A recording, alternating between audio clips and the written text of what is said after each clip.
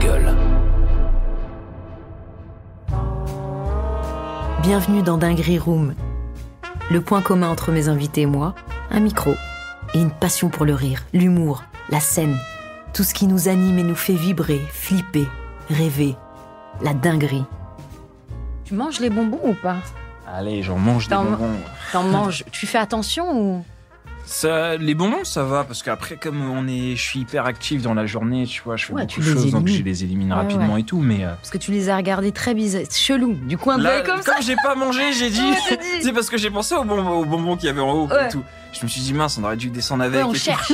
Et là, on cherche. Ils sont là eux aussi, c'est cool. Là, c'est top. Mesdames et messieurs, j'ai le grand plaisir de recevoir un comédien, un stand-upper, un danseur, quoi d'autre ?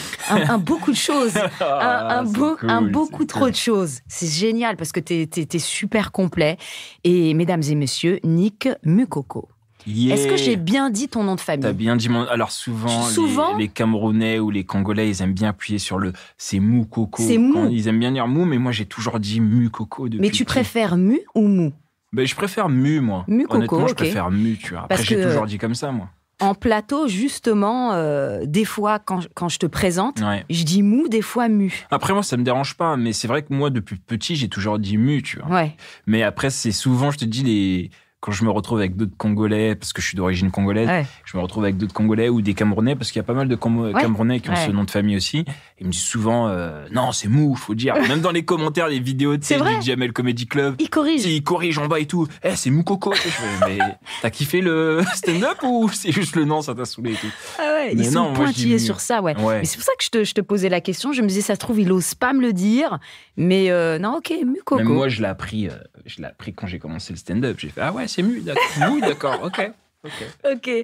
Alors, le point qu'on a en commun tous les deux, c'est qu'on vient tous les deux de la danse. Yeah. Ça, on le sait, on le sent.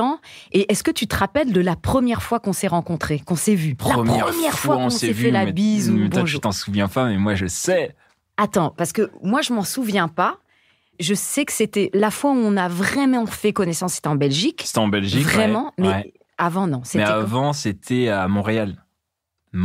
T'étais avec l'équipe d'Arthur. Je crois que oui, t'étais avec nous. Tu faisiez votre tournée et vous étiez là pour le Juste pour rire. Et vous faisiez votre sketch avec nous de Amour sur place sur importé, tu vois. On présentait notre spectacle. C'est ça. Et moi, j'étais là cette soirée, parce qu'il y avait une soirée dans un hôtel et tout. Et moi, j'étais venu à Montréal avec des amis avec qui on avait fait une vidéo. Et du coup, on était avec Mustapha El Atrassi, tout ça et tout. Et Noom, pareil, c'est la première fois où j'ai vu Noom et tout. Et là, c'est la première fois où on s'est tous vus. Je t'ai vu avec Noom et je t'ai vu avec Claudia Tagbo aussi. Mais oui, je me rappelle 2011. Très bien de cette soirée. C'est ça. Et on toi, avait fait même faire un battle et tout. Ouais, ça y est, je m'en rappelle. Bon, et en fait, on était à une table et t'étais avec Mustapha El Atrassi, qui est mon ami et que j'adore. Et je me suis mise aussi à un moment donné à votre table. Et tout. Il n'y avait pas une histoire de Mais il y avait une histoire champagne. De qui va payer plus et tout. Moi, en tout cas, ça allait pas être moi, c'était sûr. Mais il y a eu une histoire de champagne. On a fait péter quelqu'un a fait péter une bouteille de champagne et ça a arrosé. Exactement. Je sais plus qui s'est un peu vénère dans notre deban à nous. Mm-hmm. Et il y a eu un truc de compétition pendant toute la soirée. Et moi, j'étais au milieu, je me disais, mais moi, j'aime eux et j'aime eux aussi. Donc, t'avais comment l'équipe Mustapha El Atrassi, l'équipe Arthur. Moi, j'étais là en plein dedans. Je fais, mais... Le conflit israélo-palestinien, vraiment. Moi, je viens d'arriver dans le game, tranquille, quoi. Oui, je me rappelle. On avait passé une super soirée. C'était une très, très bonne soirée. Bien évidemment, après, on a dansé, on a kiffé. Ok, ça y est, Et c'est comme ça que moi, j'ai rencontré Noom pour la première fois. Et depuis 2011, on s'est jamais lâché. Ouais, c'est vraiment le binôme. Ouais, le binôme, vraiment, ça fait 11 ans qu'on se connaît, quoi. 11 ans, jamais embrouillé, jamais pris la tête. Lui et moi, on s'est toujours vraiment bien matché, quoi. Et à ce moment-là, donc il y a 11 ans, ça y est, t'étais déjà dans le game du stand-up ? Pas vraiment. Je venais en fait, je m'y intéressais déjà. Tu vois, je m'y intéressais beaucoup, tu vois, parce que à cette période, je dansais encore, moi. D'ailleurs, j'étais là par rapport à un projet vidéo qui avait bien tourné à l'époque sur Fubiz, tout ça et tout. Donc, on était même invités. Fubiz, c'était un site à l'époque. C'est un peu l'équivalent de Combini et Brut un peu aujourd'hui, tu vois. Mais c'était plus axé sur les vidéos assez créatives, tu vois. Tout ce qui était un peu hors du commun, qui était ouf. Dès que ça rentrait sur ce site, la Fubiz, les gens ils disaient, OK, si c'est sur Fubiz, c'est que c'est vraiment, vraiment lourd. Et donc moi, là, t'étais plus pour la danse. Ouais, j'étais plus pour la danse. Donc, j'avais un pote à moi qui était dans la réal et des effets spéciaux, 3D, tout ça et tout, et qui avait fait une espèce de vidéo en mode où moi, je dansais, et lui, il matchait ça un peu avec une abbaye, tu vois. D'accord. On faisait danser dans une abbaye, en sorte 3D, tout ça, et ça avait cartonné, ça passait à la télé, c'est passé sur Fubiz, et on nous a invités à New York, en fait, pour aller, parce qu'ils avaient envie de mettre ça sur les grands écrans de Times Square. En allant à New York, on est passé par Montréal. Et on était avec Moustapha, tout ça, et c'est là où on vous a... Et toi, à ce moment-là, déjà, t'as envie de monter sur scène, faire du stand-up? Moi, j'ai déjà envie de monter sur scène. T'as déjà ton plan ouais, j'ai déjà mon plan, je t'assure, mais c'était un plan. Mais c'était vraiment un plan, parce que je crois que c'est en 2009, je me fais une espèce de sciatique. Donc, tu vois, je dansais tout, j'ai une sciatique. Et je reste bloqué pendant 3 mois, tu vois. Et moi, le truc, c'est que j'avais arrêté l'école très tôt. J'avais arrêté en 3e pour vraiment... Moi, je savais que je voulais être danseur et me lancer dans la comédie, tout ça et tout. Et là, 2009, quand j'ai cette sciatique et tout, je me dis, waouh, il se passe quoi? Ça va être chaud pour moi. T'as le temps de réfléchir. C'est mort. Non, même pas même. À ce moment-là, je suis en mode dépression, tu vois. Je repars chez ma mère, je me dis, c'est chaud, j'ai même pas de bac, ni rien et tout. Qu'est-ce que je vais faire et tout? Et pendant, genre 1 mois, dépression totale. Au bout du 2e mois, je commence à regarder plein de, tu sais, des sitcoms afro-américaines et trucs. Je tombe sur Martin Lawrence Show, je tombe sur, je remets Le Prince de Bel-Air, tous ces trucs-là. Et ça me fait rire de dingue. Et c'est là où j'ai compris que rire, c'était thérapeutique de ouf, tu vois. Ça me fait rire de dingue. Et du coup, je commence à me sentir mieux. Et je tombe sur le Jamel Comedy Club, tu vois. Donc 2010, début 2011. Je tombe sur le Jamel Comedy Club. Tu vois Je vois Noom, mais je vois C'est vous, c'était votre saison, tu vois. Donc je vois tous et tout. Et je me dis, waouh, c'est trop lourd, c'est ça que j'ai envie de faire. C'est ça que j'ai envie de faire. Et je tombe aussi sur le Def Comedy Jam et tout. Et je me dis, tu vois, c'est vraiment mon truc parce que tu peux matcher la danse et en même temps faire rigoler les gens. Tu peux vraiment être toi, tu vois, te libérer. T'as plus besoin d'être derrière un artiste. Parce que moi, je voulais vraiment me mettre en avant et tout.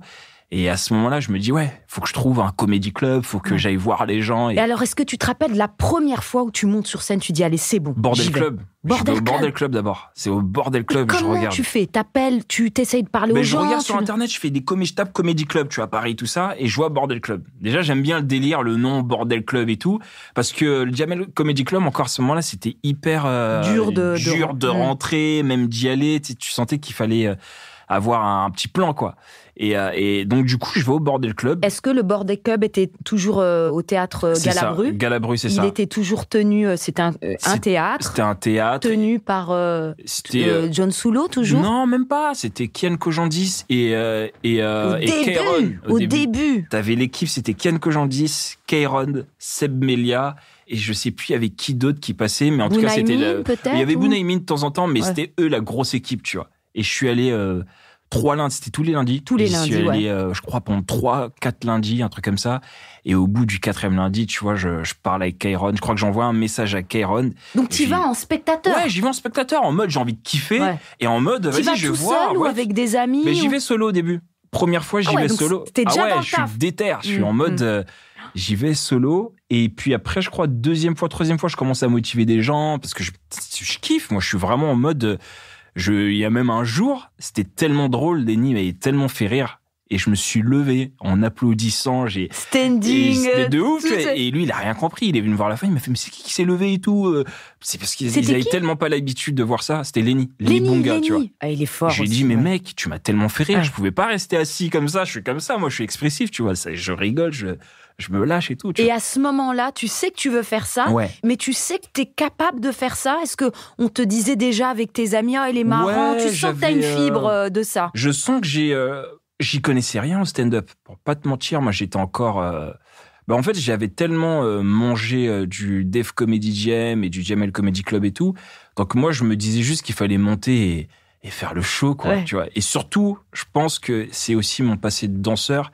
Et je pense que pour toi aussi, c'est le truc qui nous aide le plus, c'est de se dire, faut juste, au-delà même d'avoir des vannes, de la blague ou quoi que ce soit, c'est avoir une identité, tu vois. Moi, je me suis mis ça dans la tête. Je me suis dit, viens, t'es qu'un riz dans ton délire, viens avec cette énergie-là, tu vois, et puis tu vas te débrouiller, tu vas t'en sortir, tu vois.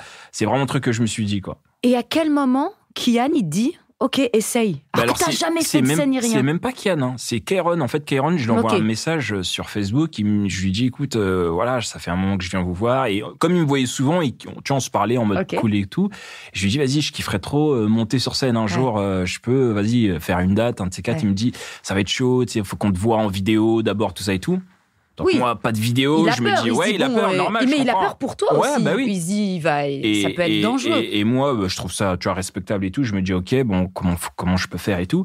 Et c'est là où je me dis, la vie, elle est magnifique. Tu vois, quand tu veux vraiment quelque chose, elle fait en sorte, voilà, elle t'aligne, tout s'aligne, tout va dans ton sens, tu vois. Oui. Ben, je fais un plateau télé où il y a Kairon qui présente. Ok, mais tu fais un plateau télé en tant que danseur? Non, en tant que danseur, avec une chanteuse et tout. Et Kairon, il est là pour faire, je crois, un petit passage et tout. Il doit présenter un truc dans l'émission. Donc, il me voit. Et dans sa tête, il se dit, mais t'es dans le game, tu vois, t'es professionnel, t'es danseur. Tu sais monter sur scène, tu sais gérer le stress. Tu vois, et on rigole bien et tout. Il me dit, franchement, respect, je savais pas que t'étais dans le milieu et tout, tu vois. Donc, le soir, il m'envoie un message, il me dit, ok, tu veux jouer quand? Il me donne une date de ouf. C'est sûr. Il me donne une date. Mais il là, me dit, la vie s'arrête. Ah ouais, tu dis, tout tourne autour de ce truc. Je suis là en mode, ça y est, les yeux qui brillent et tout. Et puis le stress de ouf. Non, même pas. Tu te dis, merde. Je suis en mode, j'ai hâte. Ah, ok. J'ai hâte. Donc, je ressens pas encore la pression. Tu vois, j'ai vraiment hâte en mode, vas-y, je vais venir. On me donne ma chance. Bah ouais, de ouf. Moi, j'ai toujours été un peu une tête brûlée, tu vois. Tu me donnes Moi, je suis toujours en mode, si j'ai peur de faire un truc, je vais aller là-bas, tu vois. J'y vais. Moi, c'est ça mon truc. C'est mon truc. T'es tellement qu'un riz. Mais t'es qu'un riz. J'ai grandi dans une église évangéliste, donc c'est assez gospel. Donc on a beaucoup de prédicateurs américains. Donc, tu vois, j'ai vraiment grandi avec cette culture assez centrée sur les Américains. Et puis, j'ai grandi dans le hip-hop. Donc, toute ma vie, ça a été... tu vois, cette mentalité-là, cette vibes-là et tout, tu vois.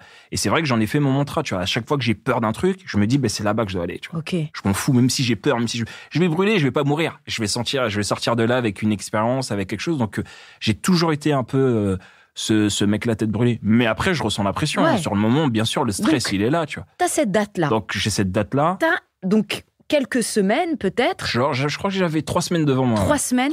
Pour préparer un truc que tu n'as jamais fait. Ouais. Comment tu fais? Je prépare rien du tout. Tu me crois? Je suis en mode, je me dis non. I can't believe it. Je t'assure, mais c'est pas parce que j'étais en excès de confiance. Hein. C'est que c'est un défaut et en même temps une qualité. Tu vois. C'est que même quand j'étais danseur, j'étais pas trop le mec quand je chorégraphiais des trucs et tout, qui préparait des trucs sur papier. J'ai jamais été un mec assez studieux. Tu vois. J'ai toujours fait des plans dans ma tête. Donc, je sais exactement ce que je vais faire, ce que je vais dire, comment je vais me déplacer, comment je vais m'habiller, comment je vais entrer et tout, tu vois. Donc, tout est calé dans ma tête et tout. Oui, c'est pas parce que t'as un stylo et un beau classeur et des papiers que tu justifies le... Donc, c'est une qualité, mais c'est aussi un défaut, tu vois. Mais c'est vrai que pendant 3 semaines, non, j'ai rien fait. J'ai écrit je me suis préparé. Tu pensais aux idées. Ouais, je pense à tout. Je me suis préparé mentalement pendant 3 semaines, quoi. Et tu répétais devant ta glace? Même pas, j'ai rien fait de tout ça, je t'assure. C'est le matin même, je me suis dit, c'est ce soir que je joue là. Waouh, faut avoir un peu de pression et tout. Alors je vais raconter cette anecdote et celle-là. Tu sais que je t'assure, j'y suis... Ouais, je crois que j'avais juste... Parce que je me souviens vraiment plus de ce que j'ai pu faire. D'ailleurs, je sais même plus si j'ai la vidéo. Mais je sais que j'avais, comme dans la danse, j'avais une entrée, un milieu et une sortie. Le reste, c'est on va voir, tu vois. Et comment ça s'est passé? Est-ce que c'était nul? Et franchement, ça s'est hyper bien passé. C'est l'une de mes meilleures... Je devais jouer 5 minutes, je suis resté 11 minutes sur scène. Et en plus, j'ai fait un truc que j'aime pas faire, c'est d'inviter des gens. Tu vois, moi, je déteste ça. Tu sais, moi, quand j'ai commencé l'humour, ça, vraiment, et à bosser, même à faire le Jamel Comedy Club, les gens avec qui je dansais, personne n'était au courant, tu vois. Pour moi, ça allait devenir officiel le moment où j'allais faire de la télé et tout, tu vois. Là, j'en parlerai. Mais pour l'instant, parce que j'avais pas envie d'être découragé ou d'entendre des gens me dire, ouais, mais t'es sûr que t'es fait pas. Non, je voulais vraiment être dans mon truc, travailler, apprendre vraiment le truc. Et le jour où je suis prêt, ou entre guillemets, t'es validé, tu vois, tu te dis ça, c'est là où t'en parles, tu vois. Là, mais est-ce que c'est quelque chose qui te dérange que les amis viennent, même aujourd'hui, que t'es confirmé? Même aujourd'hui, j'ai toujours ce... c'est vrai que quand les gens viennent me voir, des gens que je connais viennent me voir, ça me bride. Ça me bride dans le sens où... parce qu'il y a des scènes où tu as envie de... Tu vois, il y a des scènes où tu sais que tu vas performer et tu as des scènes où tu as envie de travailler, tu vois. Et souvent, les gens, quand ils viennent te voir dans des scènes où tu travailles. Et le problème, c'est que quand tu travailles et que tu sais qu'ils sont là, t'as envie de leur montrer que t'es drôle, t'as envie de bien faire. Donc tu perds ton temps, toi. Tu perds ton temps, donc tu te mets en mode, bon, vas-y, il faut que je performe. Je fais mon sûr. Et ça, voilà, tu vois, et ça crée du stress parce que t'as envie de bien faire. Et moi, ça, c'est un gros problème chez moi, c'est de toujours vouloir bien faire, tu vois. Et de toujours vouloir bien faire, ça me bride. Ça me bride parce que des fois, ça t'empêche d'être dans un lâcher-prise, tu vois. Et est-ce que tes parents sont venus te voir ? Non, jamais encore. Ma mère m'a juste vu à la télé, mais c'est vrai que je l'ai jamais encore... Ni dans les comédie clubs, non, jamais. Et c'est vrai que des fois, je me dis, tiens, faut qu'elle vienne me voir et tout. Même pas à l'Olympia où on est venu te voir ? Non, même pas. C'est même pas. Mais il y avait une date où je voulais absolument qu'elle vienne, et je crois qu'après, il y a eu un mauvais timing. Mais est-ce que ça aurait été relou qu'elle vienne te voir ? Enfin, si elle avait été là, est-ce que ça aurait un peu ajouté du stress à ton Olympia ? Aujourd'hui, non. Je pense qu'avant, j'étais pas assez prêt parce que même moi, je me connaissais pas encore assez dans l'humour et même humainement, tu vois. Et c'est vrai que là, ça fait 8 ans que j'en fais et ça fait réellement, on va dire 2 ans que j'ai appris à me connaître et réellement 2 ans que je pratique vraiment du stand-up, tu vois. Ou même moi, je suis rentré dans un truc où je suis plus sincère, tu vois. Et j'apprends encore, tu vois. Tu commences à être bien aligné avec toi-même sur scène, Complètement. Et t'as des frères et sœurs J'ai des frères et sœurs, ouais. J'ai un petit frère, 2 petites sœurs et 2 grands frères. Et une grande sœur. Et le plus petit en âge Alors, le plus petit, la plus petite, c'est ma petite sœur, donc elle a 21 ans. Oui, donc elle peut venir te voir. Enfin, je veux dire. Et eux, est-ce qu'ils sont venus ? J'ai juste une sœur qui est venue me voir. Et qu'est-ce qu'elle a ? Ça fait chelou, non ? Elle a kiffé, franchement, c'était... Non, c'était marrant, parce qu'en plus, je savais même pas qu'elle allait venir. Elle est venue avec mon cousin et tout. C'était mon premier showcase. Je savais pas qu'elle venait. Moi, déjà, j'aime pas qu'on prévienne, donc tu vois. Et puis, t'invites pas forcément. Non, j'invite pas. À part si tu me demandes, mais ouais, c'est un réflexe que j'ai pas. Alors que c'est des moments, mais c'est intéressant parce que je suis exactement comme toi. Moi, mes proches, tous ceux que j'aime très fort, profondément, je ne les invite pas. Et ils le voient via mes stories et tout. Et ils vont venir comme ça. Et je vais les voir. Je vais être très contente. Mais mais souvent, c'est marrant parce que moi, on me reproche ça souvent. On me dit, ouais, mais t'invites jamais. Pourquoi tu m'as pas dit ? Pourquoi t'en mets pas ? Mais parce que... et je te dis, je travaille vraiment sur ça. Hein. C'est vraiment une espèce de... Moi, je vois déjà maintenant l'humour comme une thérapie, tu vois. Et j'en parlerai aussi après. Même l'acting, je travaille avec une coach depuis... ça va faire 3 ans que je bosse avec elle. Et elle aussi, elle m'a énormément aidé à me connaître. Et le fait de travailler aussi avec Ismaël Sissavané, tu vois, c'est Isem, tu vois, qui me met en scène, qui met Jimo en scène, qui a créé les Lascars, tout ça aussi.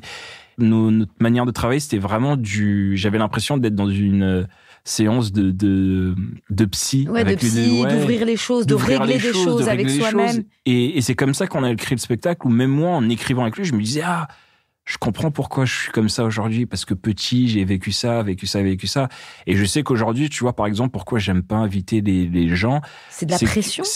Non, c'est au-delà de la pression, mais j'ai toujours l'impression que les gens veulent pas venir me voir. Tu vois, il y a un truc comme ça. C'est-à-dire? C'est que... Tu vas pas leur proposer? Ouais, parce que je me sens pas si intéressant que ça, tu vois. C'est plus profond que ça, tu vois. Tu dis, ça sert à rien que je les invite parce que c'est pas tranquille.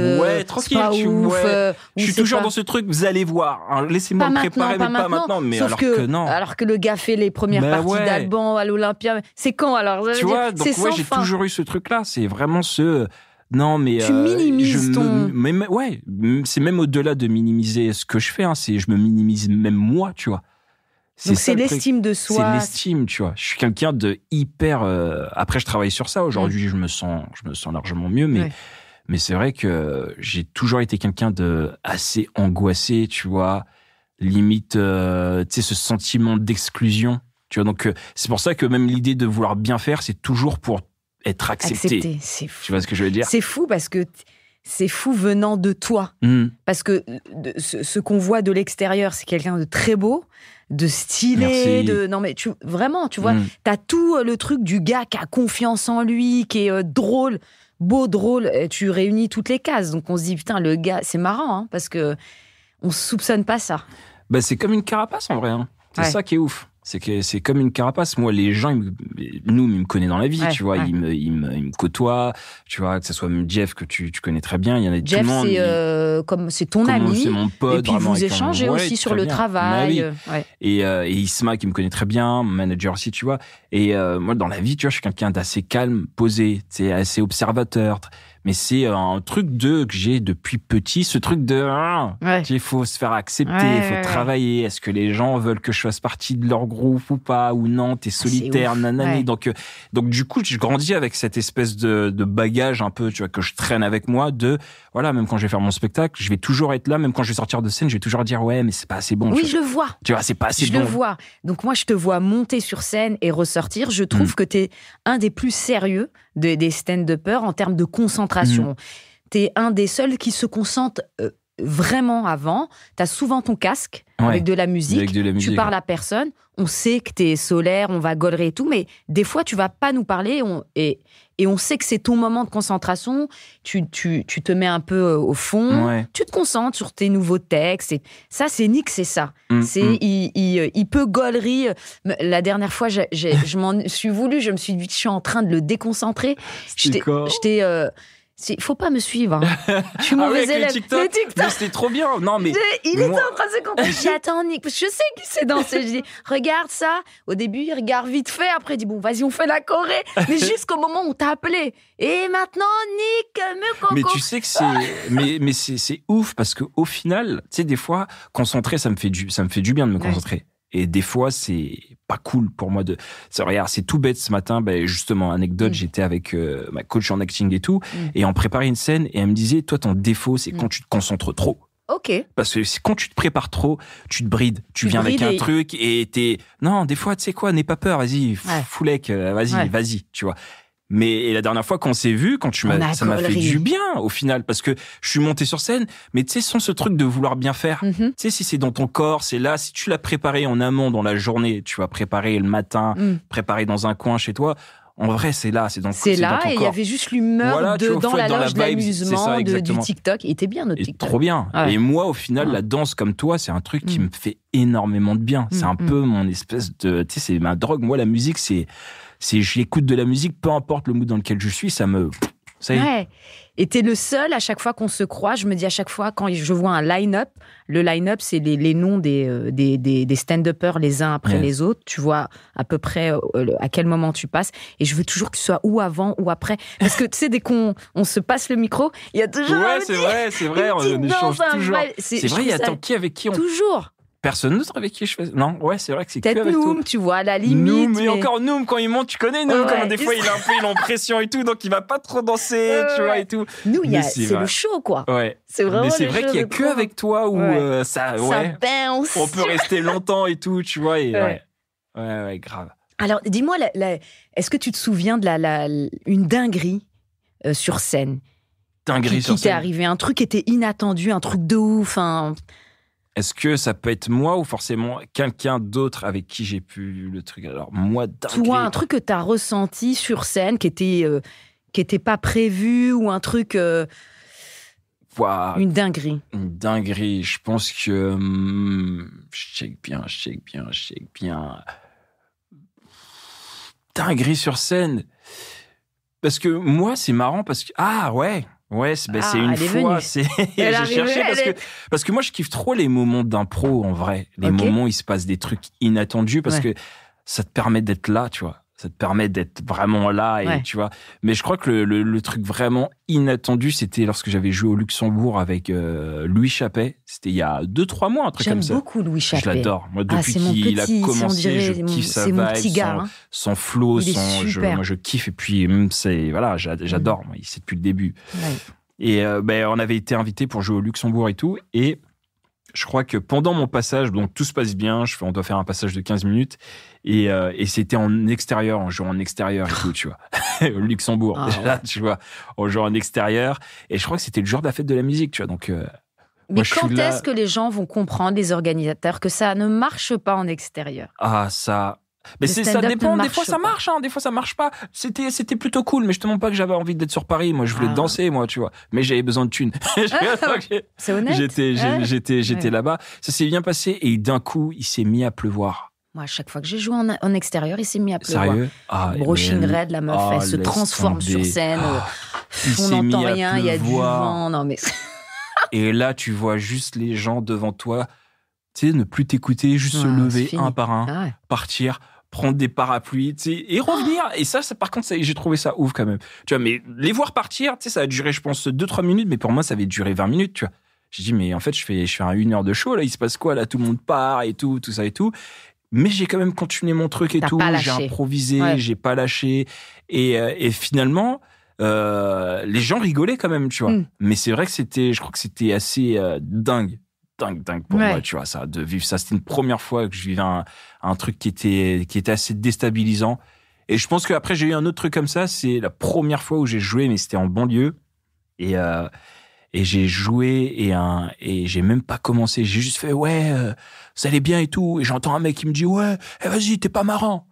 T'as même pas... J'ai pas commencé. Et ça, c'était la première fois que j'entendais ça. Je dis, donc ouais. Et tu sais, quand t'as jamais vécu un truc comme ça, tu dis, j'ai pas commencé. J'ai dit, mais mec, j'ai pas commencé. Après, il me fait, non, vas-y, ta gueule, dégage, t'es pas drôle. Mais je l'ai terminé après. Tu vois, mais c'est vrai que c'était assez dingue parce que j'avais jamais vécu un truc comme ça. Et puis, tu sais, quand tu te vois pas en mode provo, parce que t'as des humoristes, des fois, ils dégagent ce truc où t'as envie de les insulter. C'est quand ils arrivent, t'as envie de, vas-y, lui, va voir, je vais lui rentrer dedans. Et t'as des gens, ils ont un peu ce capital sympathie. Moi, je pense que je fais partie de ces gens assez, tu sais, j'arrive avec ce capital sympathie, tu vois, donc ça m'a un peu déstabilisé sur le coup en mode, mais waouh. Je dois le gérer comment? Je dois me mettre dans un mode et tout le monde te regarde en plus en mode il va faire quoi, il va répondre quoi, il va agir. En plus, t'as pas l'habitude de te mettre dans ce mode-là. Puis c'est pas un kiff pour toi. C'est pas un kiff, tu vois. Et t'as un souvenir d'une dinguerie, un moment de grâce, une dinguerie heureuse. Est-ce que c'est la première partie d'Alban à l'Olympia? Est-ce que c'est quelque chose, tu vois? C'était. Est-ce que tu te dis, putain, j'ai kiffé? C'était la première partie d'Alban et je crois qu'on jouait à Caen. On jouait à Caen et on avait fait toute une série où on jouait dans le Nord, tu vois. On jouait dans le Nord, tout ça et tout. Et j'avais fait son premier spectacle où je faisais ses premières parties, donc j'étais le seul. Là, je le fais avec Bambi, on alterne un peu tous les deux et tout.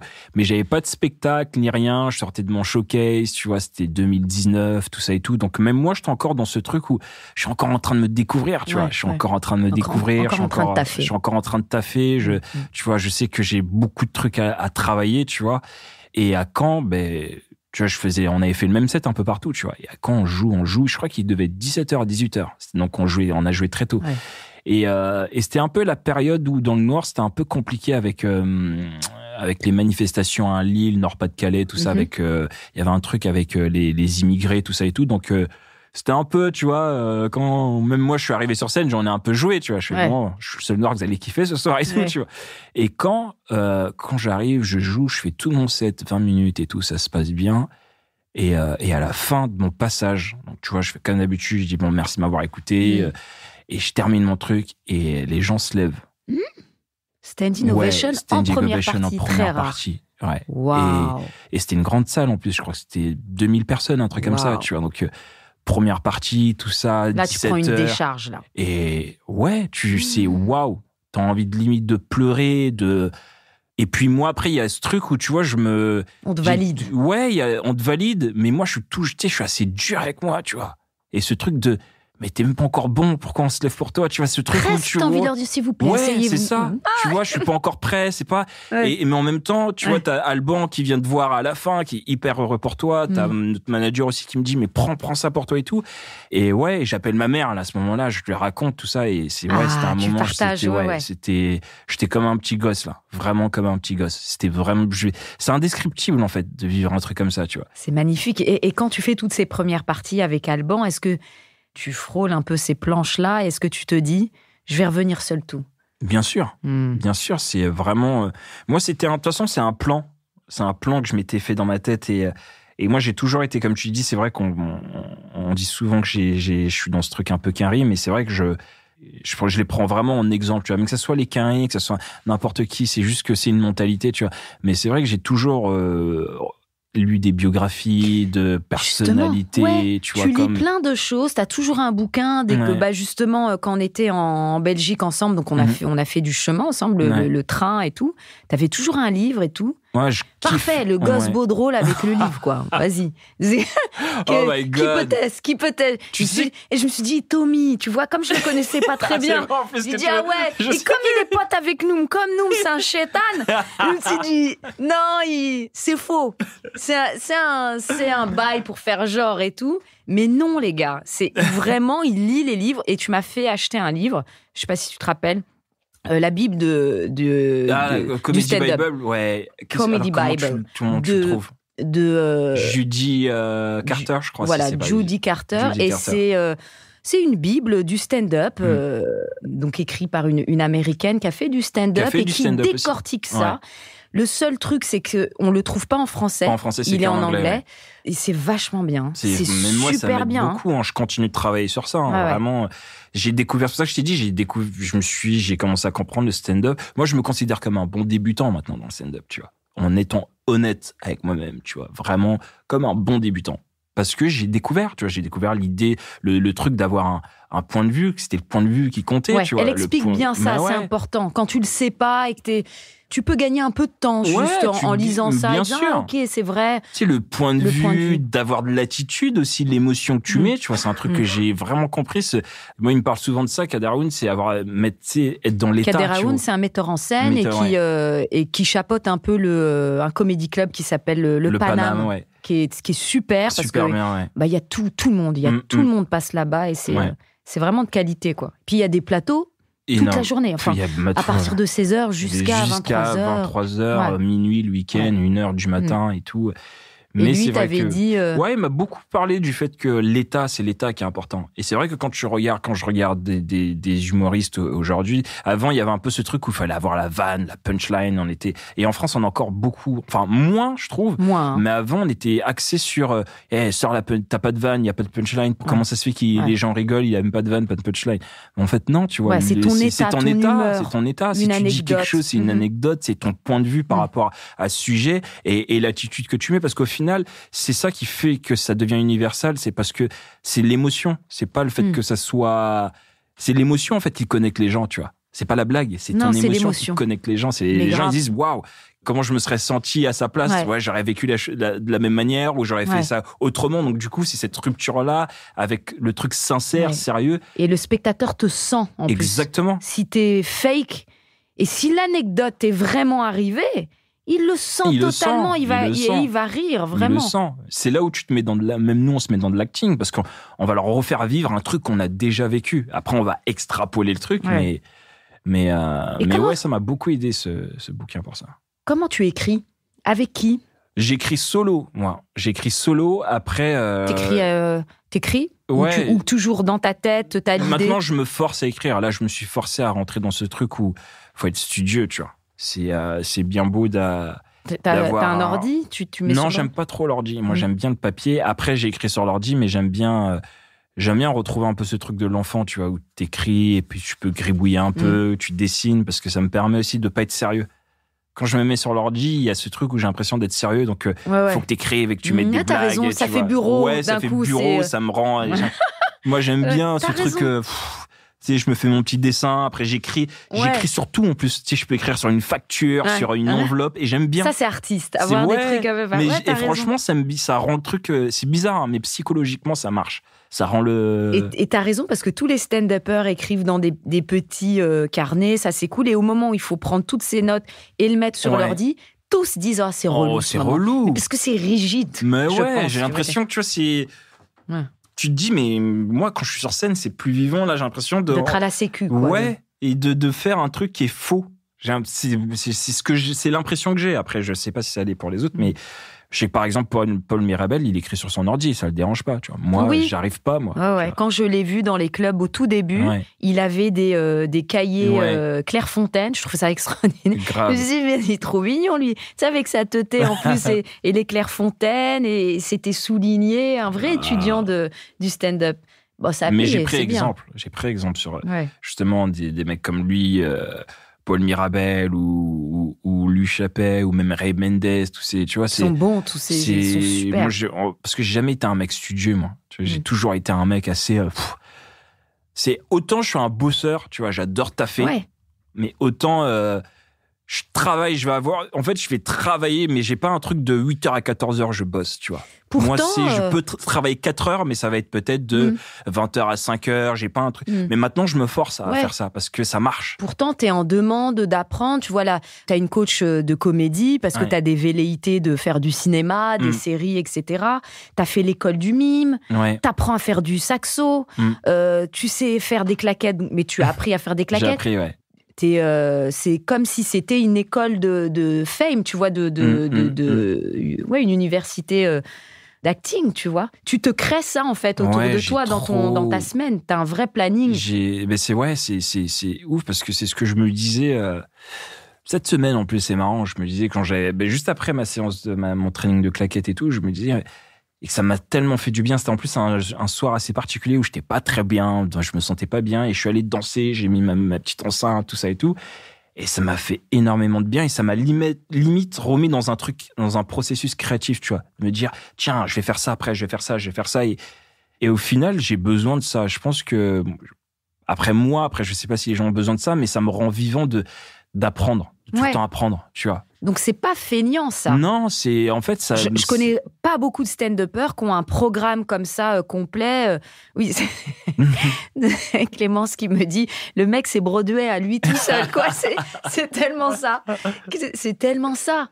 C'est du labeur, tu vois. Mais c'est génial. C'est marrant de dire ça parce que quand je suis arrivé dans le stand-up, tu vois, j'étais arrivé avec cet esprit Broadway. Donc, je me suis dit, je vais danser, je vais chanter. Je sais pas chanter du tout, mais tu sais, je joue un peu de guitare. Tu sais, je vais tout mettre. Tu vois, en plus, j'adore Gad Elmaleh, tu vois, donc je le prenais un peu en exemple, tout ça et tout. Et après, j'ai commencé à rentrer dans ce truc trop sérieux. Pendant 3-4 ans, j'ai eu ce passage-là de stand-upper où déjà je me sentais pas accepté dans le monde du stand-up, donc j'avais besoin de me sentir validé. Donc pourquoi ? Est-ce que tu te sens... Alors moi, ce que je vois en stand-up en France, plus t'es geek, plus t'es un peu droit, tu bouges pas, tu prends pas trop d'espace, c'est un peu, on intellectualise un peu le truc. De fou. S'il y a moyen d'avoir les cheveux gras, d'être un peu. Et c'est vrai que toi, t'arrives en mode très funny, très assez à l'aise sur scène, chaud. Donc j'ai eu droit à beaucoup de mais c'est pas ça le stand-up. Lui, c'est son corps qui l'aide, nanani. Ou j'ai eu droit maintenant aujourd'hui, j'entends des trucs de mais il a beaucoup copié sur les Américains ou s'il a copié sur un tel.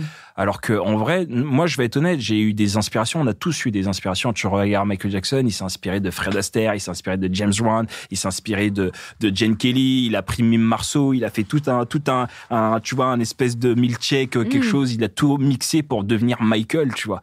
Donc et beaucoup de gens, c'est ça, tu vois, même tu regardes Chris Rock, c'était Eddie Murphy, c'était Richard Pryor au tout début. Son premier spectacle, il dit c'est Richard Pryor, et puis après quand il arrive dans Raw, il dit ça y est, je suis enfin moi. Parce qu'on a besoin, on s'inspire toujours des gens. Bien sûr. Après, maintenant, copier quelqu'un, c'est horrible. C'est autre chose. Mais moi, j'avais besoin d'être inspiré. Moi, c'était Chris Tucker, c'était Martin Lawrence qui m'inspirait. C'était cette énergie, cette vibe. On le sent, ça. Et au fur et à mesure où j'ai commencé à grandir, tu vois, ça y est, je me suis dit, ça y est, j'ai plus besoin de monter sur scène et crier et de faire what's up, tout ça. J'ai plus besoin de ça. Et déjà, même pour dire que, je suis dans ce truc carré.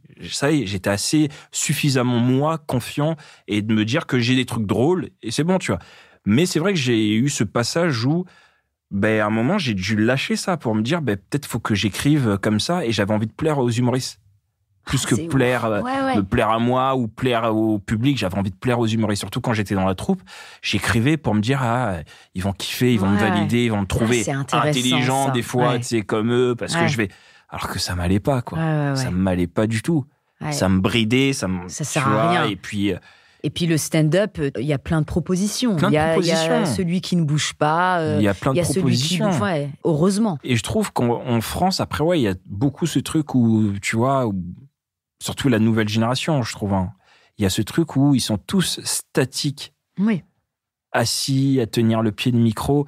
Et le pied de micro, c'est un espèce d'appui aussi, moi, je trouve. Un appui psychologique quand t'as peur. Tu vois, t'as pas envie de tomber, donc tu te maintiens sur le pied de micro. Et le problème, c'est que tu fais 1 scène, 2 scènes, 3 scènes. Nous, maintenant, aujourd'hui, c'est un peu la génération des stand-uppers aujourd'hui. On joue 3-4 fois par soir, tu vois. Tu fais ça, mais pendant 1 an, 2 ans, ça y est, tu vas penser que ton humour, c'est de rester avec le pied de micro et de rien faire d'autre. Tu vois. Et puis nous, c'est pas possible. C'est Enfin, pas possible. nous, peut-être que nous sommes trop à l'aise dans notre corps. Je sais pas si tu bois d'alcool. Ça m'arrive, je peux en boire de temps en temps. Parce que je prends l'exemple des gens qui doivent boire un verre d'alcool avant de danser. Tu vois, ils ont besoin de se désinhiber. Nous, on est sur la table, frère, on n'a bu que de l'eau. Déjà, on danse déjà sur la table. Mais tellement que, donc, la musique, pour moi, c'est déjà un truc qui me désinhibe. On est déjà loin. Mais totalement. Donc, t'imagines sur scène, non, c'est très dur pour nous de pas trop bouger. Et je le vois des fois quand je suis sur scène. Moi, les seuls moments où je peux rester statique sur scène, c'est quand je suis en train de tester et que je maîtrise pas mon truc. Et c'est là que j'ai compris que c'était un appui psychologique, le pied de micro. Parce que en vrai, t'as envie de dire aux gens, si j'ai pas ce truc-là, je vais tomber, tu vois. C'est le truc qui me maintient, tu sais, c'est un peu ton bâton, tu vois. C'est comme ta béquille. Ben, c'est ça. Et le problème, c'est que quand tu fais ça tout le temps, ça devient une habitude. Ça devient une habitude. Et beaucoup d'humoristes ont un peu je trouve, cet handicap. Après, t'en as, ça leur va bien, mais t'en as d'autres, tu sais que c'est, frère, bouge, marche sur la scène, t'as de l'espace, t'as un truc, prends le tabouret. C'est pas parce qu'un tel fait ça et qu'il est bon qu'il faut copier ce truc-là. Tu peux découvrir. Quand tu regardes les Quinry, c'est vrai que les Quinry ou les Anglais ou d'autres gens, ils ont ce truc de, tu les vois marcher. Il marche. Dave Chappelle. Mais tu vois, lui qui est Dave Chappelle, qui est assez, c'est pas Kevin Hart, quoi. Il n'est pas dans le truc. Mais il bouge quand même. Il discute. Et... Regarde Bill Burr, pareil. Tu vois, les gens, on parle souvent de Louis C.K. C'est des gens, ils bougent sur scène. Ils sont vivants, ils sont là. Mais parce que moi, c'est un truc que j'ai appris quand j'avais fait justement l'école de Mime Marceau, et j'ai aussi fait l'école Jacques Lecoq, où c'est une école de théâtre, mais qui est axée sur le corps. C'est le corps qui t'amène au jeu. On n'avait pas spécialement le droit de parler. C'était vraiment, on devait faire des scènes, mais c'était que le corps. T'as tes formations, hein. Ouais, moi, j'étais ce truc j'avais trop envie de découvrir des choses, tu vois. Et souvent, on nous disait que c'est en marchant, plus tu marches, plus tu vas être vivant et tu vas être moins sur ce qui se passe dans ta tête. Non, tu vas être vivant et tu vas découvrir des choses, tu vas être dans l'instant, en fait. Parce que c'est vrai, quand tu marches, c'est là que, alors que quand t'es posé, là, tu réfléchis vraiment à ce que tu dis. Mais alors que quand tu marches, tu réfléchis plus. C'est comme quand tu prends ta douche. C'est souvent là où on a des idées de dingue, mais parce que on fait un truc qu'on a l'habitude de faire. Donc on est moins axé sur l'angoisse, sur le texte qui passe pas bien, ou ma voix elle est bizarre, ou mince, j'aurais dû te dire ça. Et qu'est-ce que je vais dire? Et lui, pourquoi il me regarde comme ça? Alors que quand tu marches, tu calcules même plus les gens. T'es dans un truc, bam, tu prends. Et est-ce que tu dois faire du stand-up tout le temps? Ouais. Yeuve? Ouais, pardon, vieux, excusez-moi, parler à l'envers. Oh là, comment je parle à l'envers? Ça te dérange que je parle? Ça va, tu comprends. C'est qu'il y en a. Il y a quelqu'un qui est venu me voir, qui a dit: j'adore ton podcast, véridique. Il est super, mais des fois, je ne comprends pas, en fait. C'est juste qu'il y a des mots, je ne comprends pas. Je lui dis: mais tu viens d'où? Il m'a dit: de Lille. Bah, toi aussi. C'est toi aussi. Mais c'est horrible quand quelqu'un aime un truc, mais ne comprend pas les mots. Il dit: des fois, je capte et des fois. Donc, je te disais Yeuve, donc vieux. Est-ce que tu te vois faire ça plus vieux? Complètement. Ah ouais. Quand j'ai commencé vraiment le stand-up, ça, comme je disais, ça faisait partie de mon plan. Je voulais être danseur, faire du stand-up pour qu'on me remarque et que je fasse du cinéma. Et en vrai, j'ai eu la chance, tu vois, de tourner deux trucs. Un truc avec Danny Boone où c'était cool, c'était vraiment une expérience assez top pour moi. Et un autre truc avec un bon réalisateur qui est plus c'est plus un réalisateur de films d'auteur, Nils Tavernier. Et là, ça a été vraiment différent, tu vois. C'est chic, hein. Et franchement, moi, tu sais que c'est ouf parce que lorsque j'ai passé le casting, moi, je le connaissais pas plus que ça, tu vois. Et lui, te connaissait du stand-up? Non, même pas. C'est vraiment, en fait, j'ai passé le casting et j'ai lu le scénario, tout ça. C'est un film avec Dadju. C'est Dadju qui a écrit le film au départ, et eux, ils ont repris le film avec son scénariste, donc ils ont tout réécrit et tout. Mais c'est vrai que quand j'ai fait le casting, je connaissais pas, j'étais juste intéressé par le rôle et j'ai trouvé ça assez cool. Et en fait, il y avait deux choix pour moi. Il y avait soit un rôle assez cool qui me ressemble, qui se rapproche de moi, c'était assez fun, posé, et il y avait un autre rôle, genre le rôle du méchant un peu, assez dur, tout ça et tout. T'as fait celui du méchant? Mais à la base, j'étais casté pour le rôle cool, tu vois. Ok, donc moi je le fais, ça se passe bien, je suis pris. Et puis finalement, quand le réal il veut me revoir, il veut me voir, mais pour l'autre rôle, tu vois. Donc il me fait travailler, il me dit ok, ben vas-y, je te donne le texte.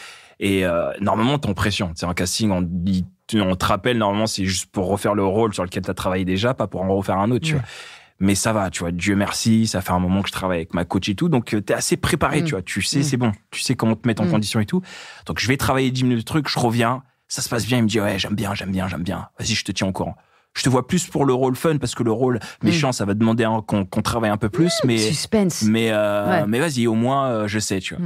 Et j'en parle avec mon manager, il me dit non, c'est plus cool pour toi ce rôle-là parce que c'est qui ton manager? C'est Julien Chevard. Ah bah, ouais. Il me dit c'est plus intéressant Julien, pour ça toi. va, t'as tous les artistes stand-up ou comment on fait comment là? Le gars c'est Ah, je le gars il est bon. c'est Julien. mon manager aussi. C'est ça. Il est bon, Julien. Ah, il est bon hein. On va t'inviter Julien Je Chevard. t'assure, il y a des choses à dire. Et finalement Et du coup, tu vois, finalement, donc lui, il me dit non, c'est plus intéressant pour toi si tu fais ce rôle-là parce que ça va te sortir de ce qu'on a l'habitude de voir et tout, tu vois.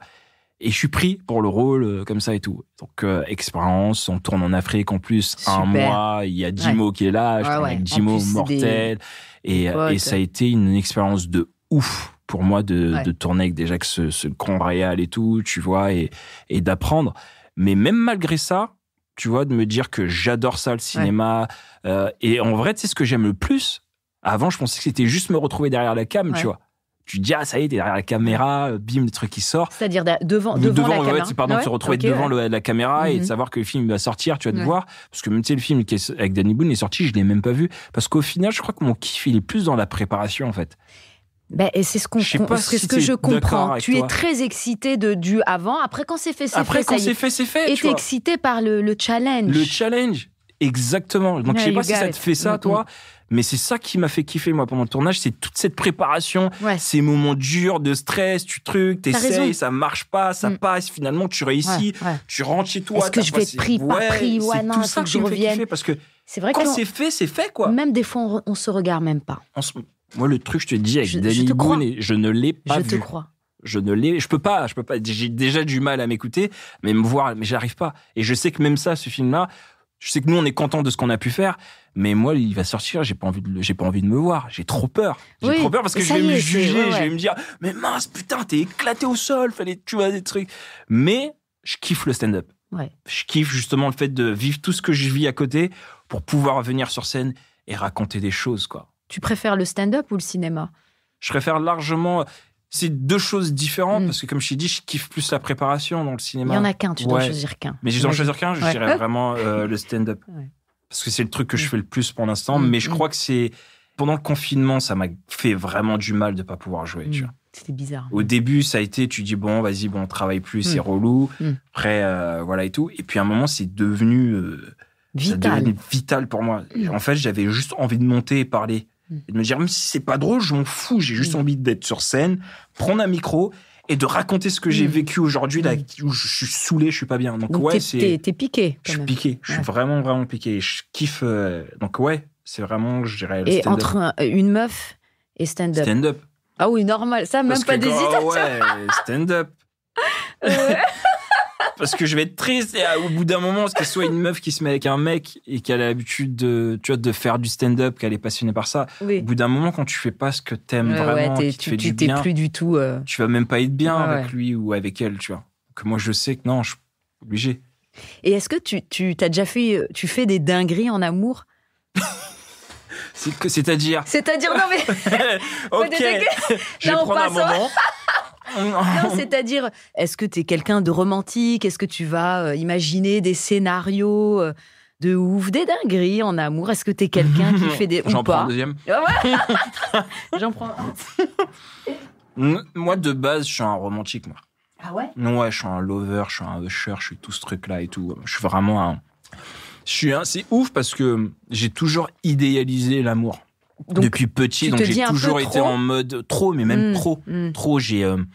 J'ai trop idéalisé l'amour en mode où moi c'était je vais me marier, mes enfants, ma famille, on va vivre après en grande famille et puis on va faire des trucs de, tu vois, tout ça, la campagne, repas.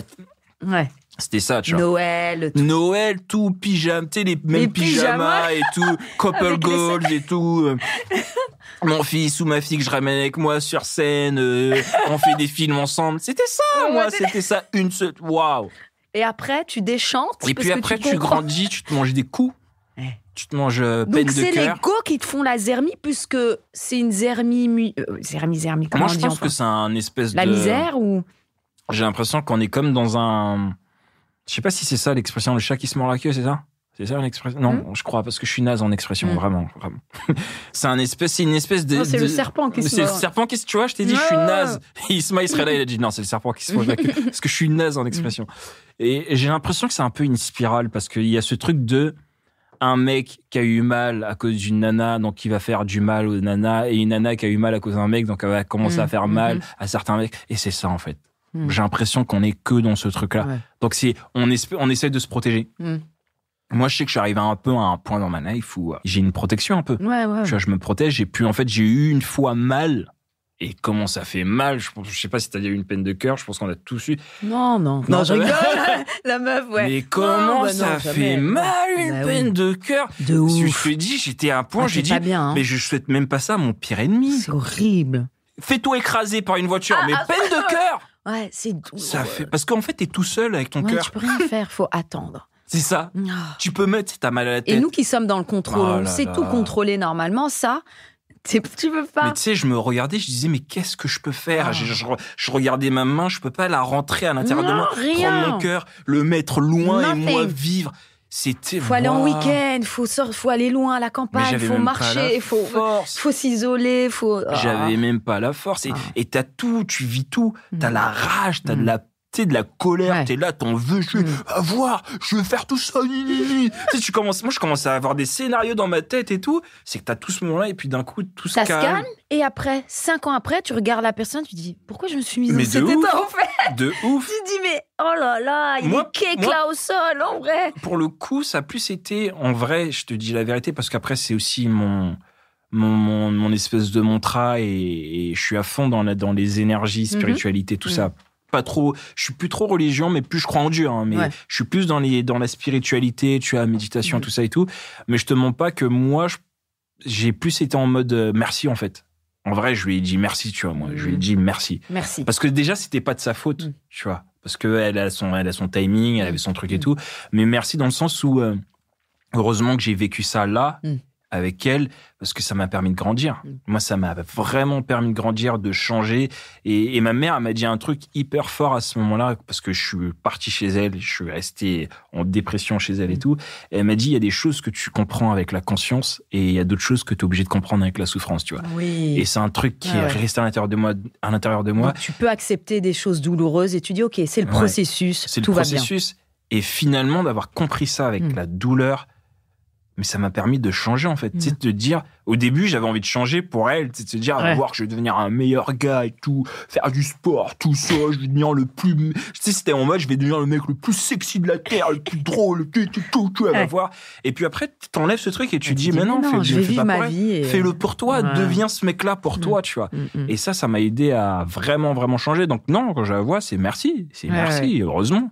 Et on est toujours en bon contact et franchement, je suis content d'être passé par là, tu vois. Mais par contre, quand je vois des gens vivre le truc, tu sais, ça je te suis là, rappelle. je dis à un mec, je ne peux rien faire. En fait, c'est toi et toi. Faut que tu te deals avec ce truc. C'est vraiment un combat avec toi-même, en fait. Mais c'est très, très dur. C'est dur, Oh là là. Et est-ce que t'aimes les surprises? Est-ce qu'on te fait des surprises, t'aimes ça ou pas forcément? Ou c'est cool Ça dépend. Ça dépend, mais parce que je t'assure que ça rejoint ce que j'ai dit tout à l'heure, c'est que j'ai toujours, des fois, cette impression de pas mériter. Tu vois? Toi, t'en fais des surprises? Ouais, j'aime bien en faire. Moi, parce que moi, comme je t'ai dit, je suis un lover, je suis un amoureux, tu vois. Si je suis vraiment plus avec toi, et tout je peux faire des trucs comme ça. Mais moi, j'aime plus donner que recevoir. Ça te met mal à l'aise. Ouais. C'est même quand les gens me font des compliments ou quand, tu sais, des gens, des fois, peuvent me reconnaître des trucs que j'ai pu faire, tu vois, à la télé, pour le peu que j'ai pu faire et tout. Je me sens toujours un peu, je me fais tout petit, tu vois. Je me fais tout petit. En même temps, ça me protège de pas tomber dans ce truc de la grosse tête, de l'orgueil, tu te sens meilleur que les autres et tout. Mais c'est vrai que j'ai toujours cette impression de pas mériter, tu vois, tout ça et tout. Tu mérites. Moi, je te le dis, tu mérites. Hop. Oh, wow, on a droit à des cadeaux ici. Oh my, en plus c'est lourd. Ça y est, là j'ai fait le Renoir là. C'est lourd. J'adore, je dois l'ouvrir là maintenant. Ah ouais, ouvre, déchire tout, dis-nous un peu ce que tu découvres. D'accord. J'espère que ça va te faire plaisir. Mais déjà d'avoir un cadeau comme ça, merci. Tu mérites. C'est trop cool. Waouh! Alors, j'ai une photo de Michael Jackson. Je sais pas, il était super jeune, beau gosse, je te laisse prendre en photo. Avec, comment on appelle ça? Tu vois, un cadre, c'est un cadre. Voilà, un cadre. Ouais, c'est une photo dans un cadre. Dans un cadre. Je perds les mots. Avec son bus. Son bus, il sort de, je crois, je sais pas. Son bus. Magnifique, la photo. Ça et elle est très rare. T'as vu, on la voit pas, celle-là. Je l'ai jamais vue. Elle est magnifique. Et tu sais que c'est, pour beaucoup, de toute façon, Michael, c'est Michael. Ouais. Mais moi, Michael Jackson, Mohamed Ali, Bruce Lee, Michael Jordan, c'est mes... Et c'est des gars qui t'ont inspiré, tu t'es identifié à eux, ils t'ont donné de la sephore même. Michael Jackson, je me suis déjà depuis petit, la danse, moi je sais qu'à 3 ans, je l'ai vu, je regardais, je me rappelle, je jouais, parce que j'ai encore cette image. Tu sais, je sais pas si t'as ça, toi, ce truc de... C'est comme tu dis, ce moment de grâce. Ouais. Ou même quand t'es petit, tu te rappelles d'une émotion que t'as vécue et jusqu'à aujourd'hui, tu sais ce que t'as senti ce moment-là. Et moi, j'ai vécu ça avec Michael Jackson. Presque des chocs, quoi. Voilà. Tu dis, Mais le concert à Budapest ou Bucarest, j'avais 3 ans, j'avais un pull, un col roulé rose. J'étais en train de jouer dans les toilettes et tout. Et je le regardais et je me rappelle que j'ai eu un moment de grâce où je me suis dit, je vais faire comme lui, moi. Wow. Je vais faire comme lui, faire kiffer les gens comme ça, monter sur scène et faire kiffer les gens, en fait, tu vois. Et c'est à ce moment-là que je savais que j'allais faire j'allais dans ce game artistique, ce truc de faire ce que je fais aujourd'hui, quoi. Donc merci. Avec plaisir. Tu peux ouvrir le deuxième. Cette belle photo dans son cadre. Voilà. Oh là là. Tu peux bien arrache, t'inquiète. Normalement, ça va ici, te toucher. Normalement, ça va te parler, du moins. Ça paye, dinguerie room comme ça. Attention, hein. Wow. La Motown. OK. On stage. Qu'est-ce que c'est, ça? Alors, c'est un beau livre. Un beau livre. OK. Donc, ça doit être, j'imagine, des photos de tous ceux qui sont passés par la Motown, Marvin Gaye, The Supremes, The Temptations, Four Stops. Ah ouais, tous les grands artistes de la Motown, quoi. Lionel Richie, tout ça. Donc, je le dis pas avec l'accent de ouf, mais... C'est que moi, je voulais être chanteur, moi. C'est pas vrai. Mais ne me dis pas que tu sais chanter parce que là, c'est trop. Non, je sais pas chanter. Trop. Je sais pas. Okay. Mais je voulais être chanteur, tu vois. Et, mais tu sais que je suis en plus... C'était trop beau cadeau, merci. Je sais pas comment tu m'as cerné, mais...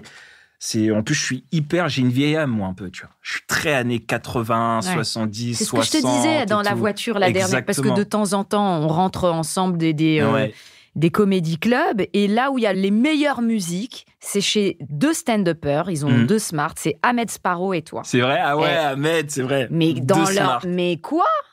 Mais vous avez toujours du son de ouf.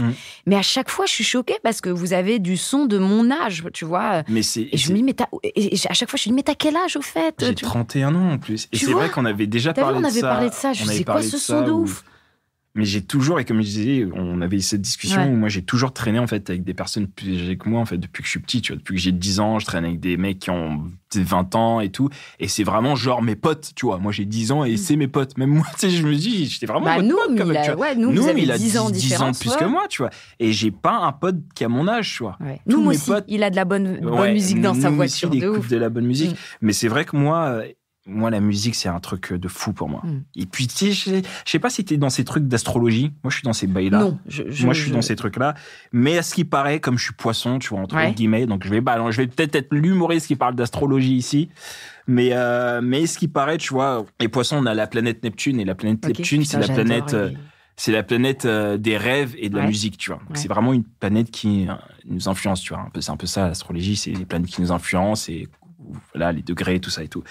Et c'est depuis que j'ai compris ça, tu vois, j'ai compris pourquoi moi la musique, ça me faisait, c'est comme de l'alcool pour moi, de la drogue. C'est pour ça qu'on est un peu des rêveurs, on a besoin de se poser. Dès qu'on écoute de la musique, on s'évade, ça nous met dans un truc. Et moi la musique, et peu importe le genre de musique, j'écoute vraiment de tout, quoi. Classique, jazz, funk, je sais, j'entends, je vois ça, ouais. Donc c'est sensible à tout. Trop beau cadeau. Merci de fou, Amel, à toute l'équipe, ça me touche beaucoup.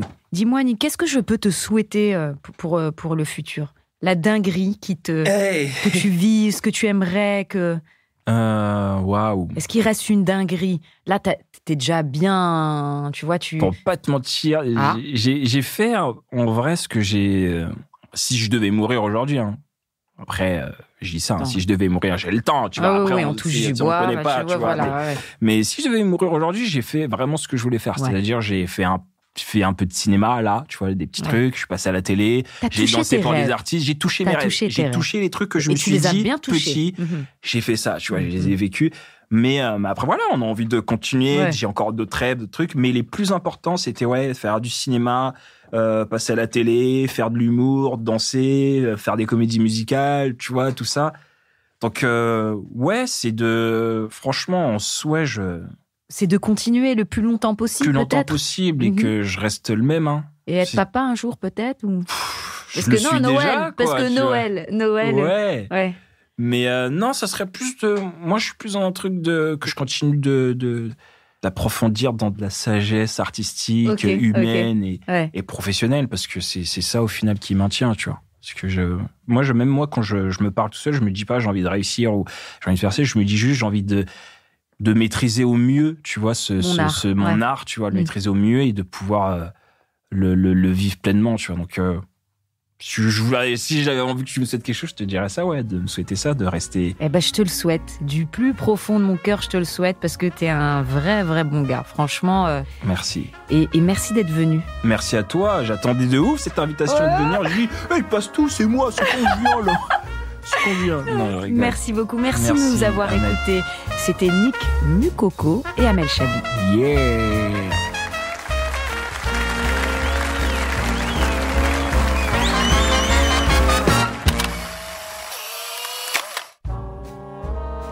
Dinguerie Room est un podcast original Engel présenté par Amel Chabi. Productrice Clémence Friès, réalisateur Raphaël Fruchard, ingénieur du son Thomas Gabriel, coordinatrice de production Alix Pénichon.